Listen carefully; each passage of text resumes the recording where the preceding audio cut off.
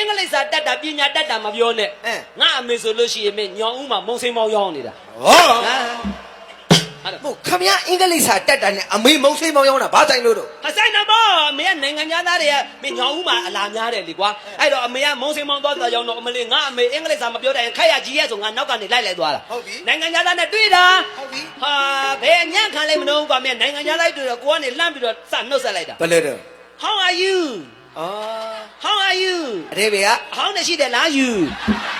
How are you တင်းနေကောင်းသလား တင်းနေကောင်းလားလို့ပြောတော့ကျုပ်ကလည်းပြန်ပြောလိုက်တယ် ဘာလဲတော့ I am fine ဟောအဲ့ဒါ fine I am fine အဲ့ဒါဘာတော့ ချောလဲတာ ချော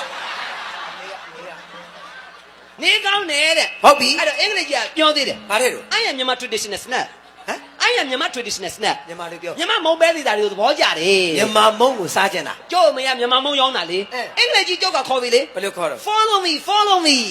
follow me ဆိုတာ ခေါင်းလျှော်ရည် ဟဲ့ကော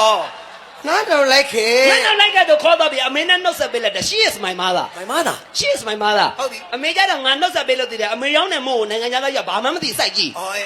အေး နိုင်ငံသားကတန်းပြီးတော့အမေကိုကောက်မေးတာ ဘယ်လိုလဲတဲ့ What did this what is this What did this အဲအဲ အမေကလည်းနားလေတော့တန်းပြန်ပြောလိုက်တယ် ဘာလဲတော့ မုံစိမ်းပေါင်းနဲ့ အင်္ဂလိပ်လိုပြောလေကွာ အင်္ဂလိပ်လိုလဲမုံစိမ်းပေါင်းမြန်မာလိုလဲမုံစိမ်းပေါင်းဘယ်လိုခေါ်မုံစိမ်းပေါင်း